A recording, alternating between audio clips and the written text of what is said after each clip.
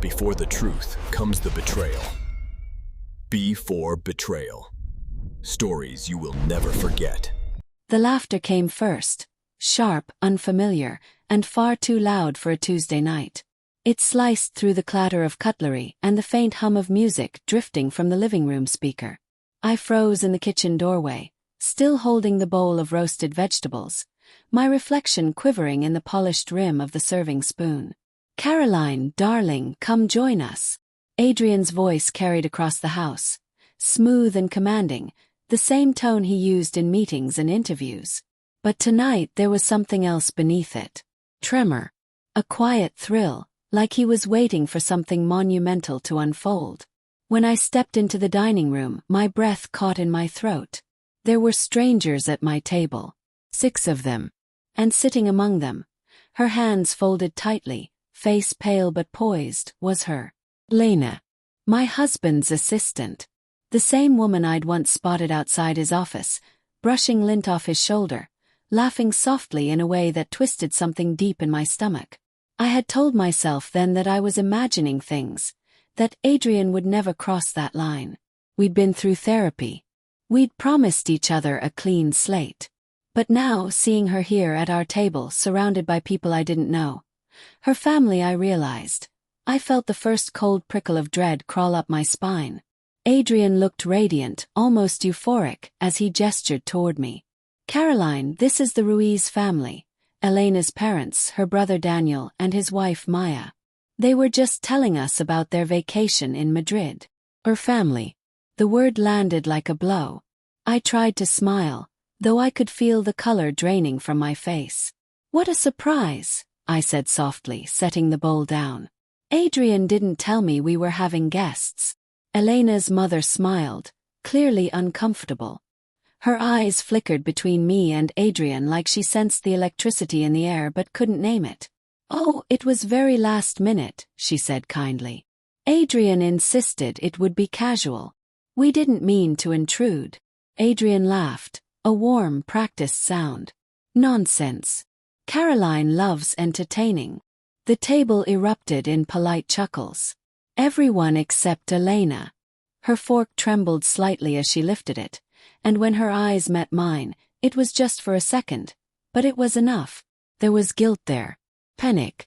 I sat beside Adrian, close enough to smell his cologne, the same one he wore when we first met. Made my stomach turn. "So," I began lightly, "how did this lovely dinner come about?" Elena's mother started to answer, but Adrian interrupted smoothly. "I wanted to surprise you.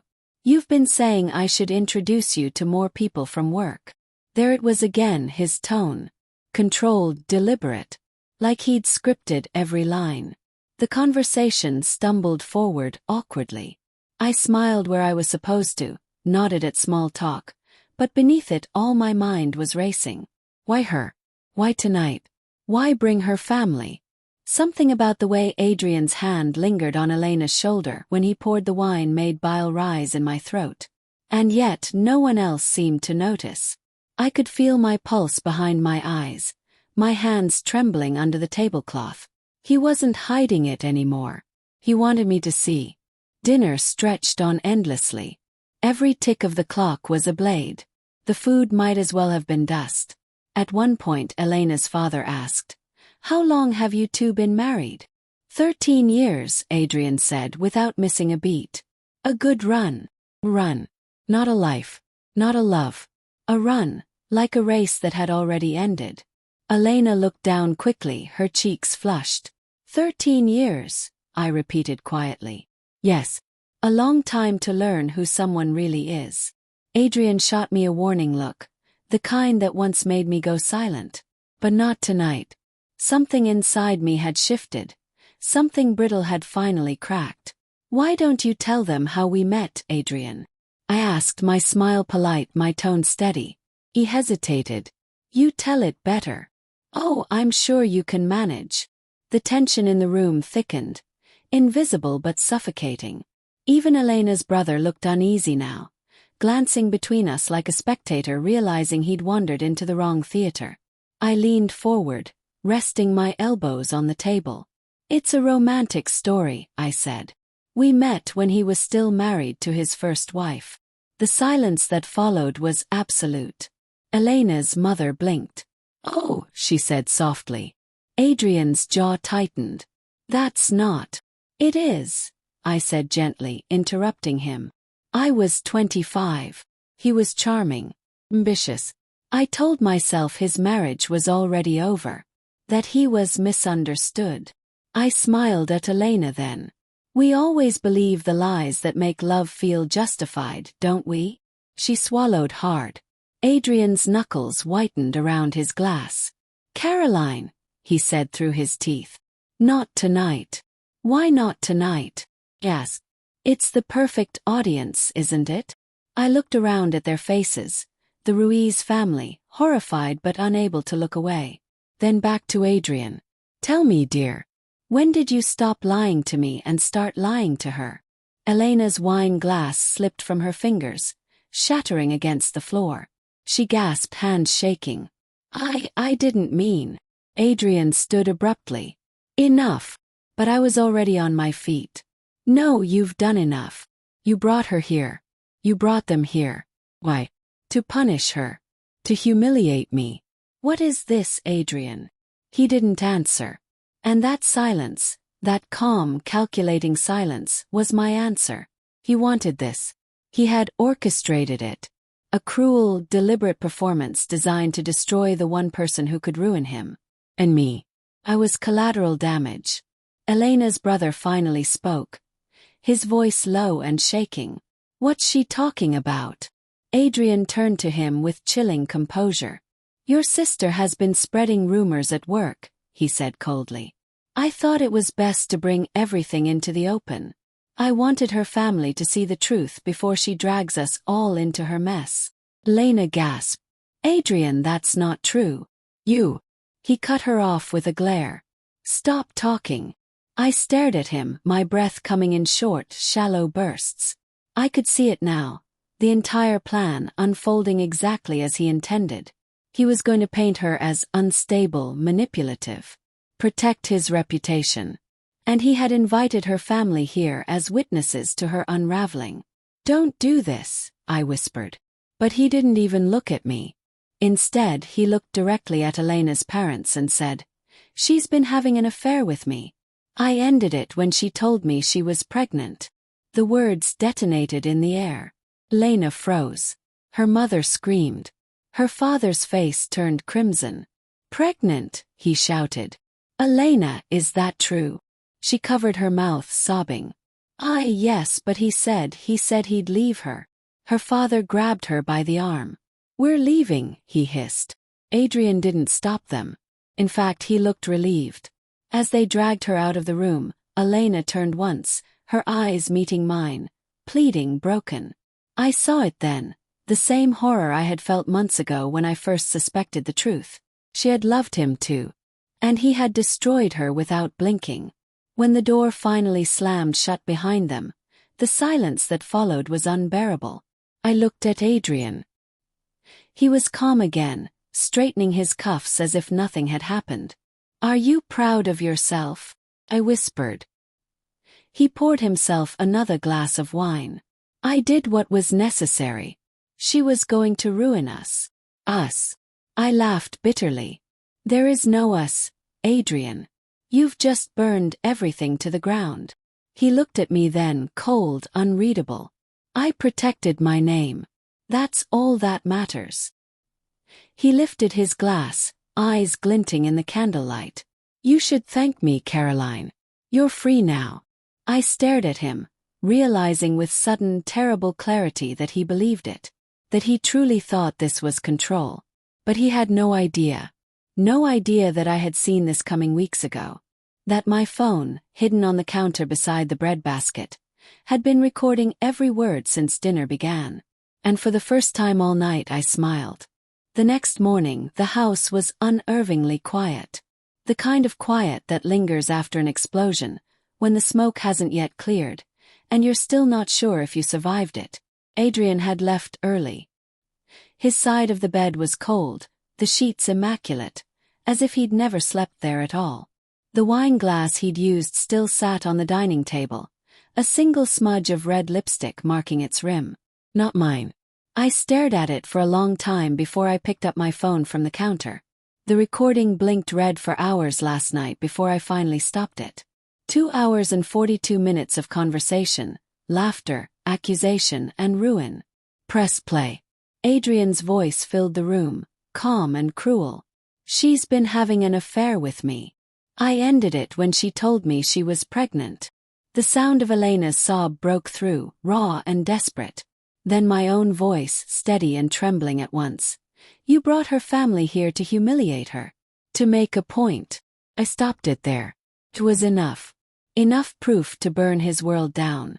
The office. By noon, I was standing in the glass lobby of Whitford Holdings, the company Adrian built, the place where he met Elena. Everyone knew me here. They smiled politely, though some avoided my gaze. Word of last night's incident must have traveled faster than I expected. Adrian's assistant, a nervous young man with shaking hands, tried to stop me at the door. Mrs. Whitford, Mr. Whitford's in a meeting. Then he can take a break, I said quietly.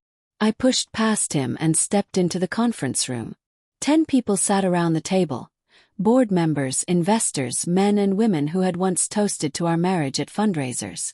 Adrian looked up, momentarily startled. But then that smile, cool, controlled, infuriating, settled back onto his face. Caroline, he said smoothly. You're interrupting.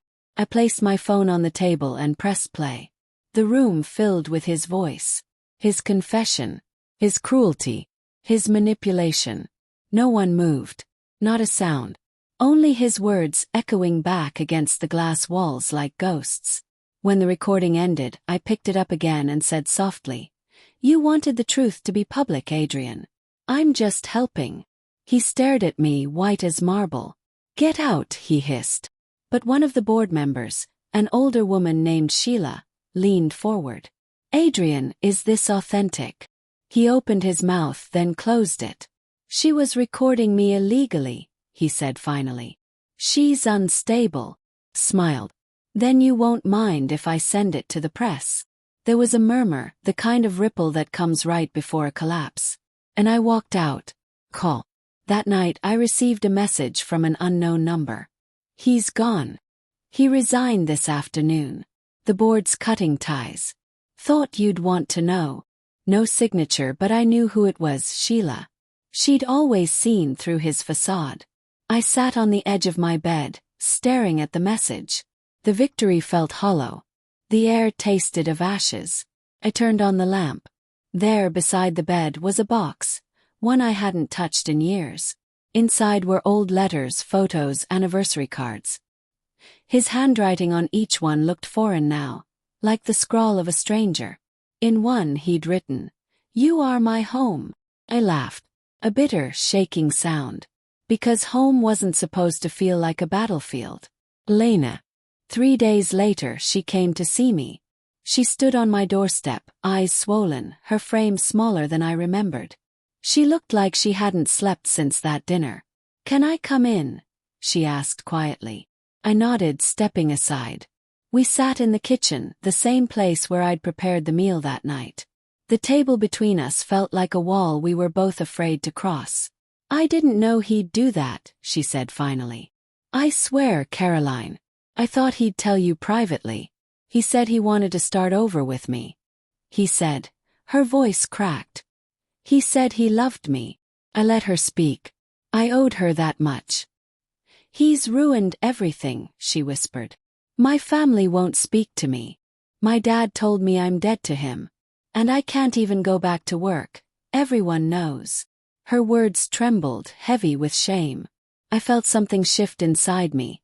Not pity, not forgiveness, but understanding. I believed him too, I said softly. Once. She looked up, eyes glistening. How did you stop? I thought for a long moment before answering. I didn't stop loving him. I stopped believing that love was enough to excuse what he did. She wiped her eyes, nodding slowly. I'm keeping the baby, she said finally. I don't care what anyone thinks. I reached across the table and took her hand. Good. Don't let him define what survives of you. When she left, I stood at the door and watched her walk down the street. Small, trembling but not broken. And I realized that maybe that was all any of us could do after surviving a man like Adrian. Keep walking. Interview. The story broke within a week.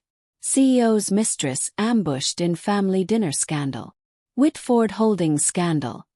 Secret recording exposes corporate manipulation. Headlines everywhere.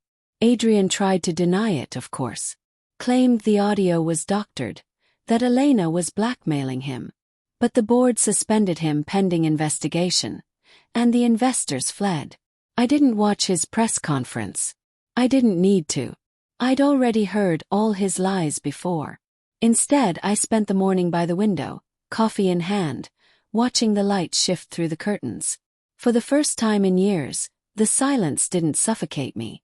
Felt clean. The confrontation. He came back once, weeks later. Late at night.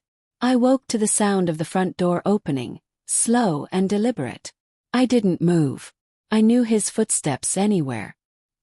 He appeared in the doorway, looking older somehow, thinner. The arrogance had drained from his face, replaced by something raw and almost unrecognizable, fear. "Caroline," he said quietly. "You ruined me." Sat up. "No, Adrian. You did that yourself." He stepped closer, his voice breaking. "You don't understand. Everything I built was built on lies," I finished. He stopped at the foot of the bed. "I loved you." I looked at him then, truly looked at him. The man who once promised me the world, now hollow and undone by his own cruelty. "No," I said softly. "You loved control. You loved being worshipped. That's not love, Adrian. That's hunger." He stared at me for a long moment, eyes glistening, and then he turned and left. The door clicked shut behind him. And that was the last time I ever saw him. The freedom. Months passed. I sold the house. I moved to the coast, a small place with salt-stained windows and wind that smelled of rain. I started painting again, something I hadn't done in years. Some days I still think about that night. The candles flickering, Elena's trembling hands, Adrian's perfect composure. It plays like a film I can't stop replaying, each frame etched with betrayal and revelation. But it doesn't hurt the way it used to. Now it feels like a warning I survived. Sometimes people ask me why I didn't press charges, why I didn't chase every piece of justice I could. Because I didn't need to. His punishment was to live in the ruins of his own making. To watch every lie unravel until there was nothing left to hide behind. And mine was to walk away. Alive, unbroken, free. A letter. Last week a letter arrived. No return address. I knew the handwriting immediately. "Caroline, I think about that night every day. You were right. I loved control. I don't anymore. Hope you find peace."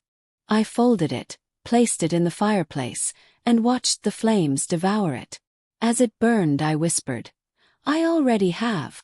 The smoke curled upward like a final sigh, disappearing into the night. Epilogue. Sometimes, in quiet moments, I wonder if Elena's baby will ever ask about his father. I wonder if she'll tell him the truth, that he was a man who mistook cruelty for strength, who tried to destroy 2 women and ended up destroying himself. And maybe years from now, when that child asks about forgiveness, she'll say what I finally learned to believe. That forgiveness isn't about letting someone else off the hook. It's about setting yourself free from their shadow. And that's exactly what I did. I walked away from the ashes and never looked back.